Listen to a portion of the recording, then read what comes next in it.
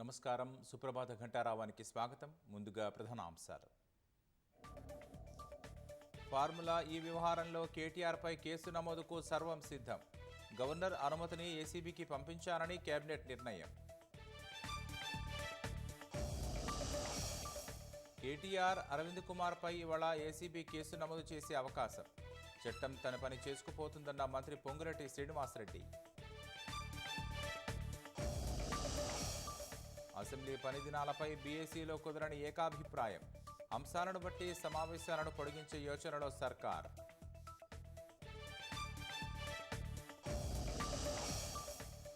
నేడు లోక్సభ ముందుకు జమిలి ఎన్నికల బిల్లు. జేపీసీకి పంపించాలని స్పీకర్ను కోరనున్న కేంద్రం.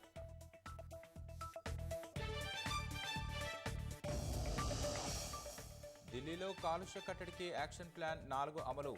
BS4 వాహనాల రాకపోకలపై నిషేధం విధింపు.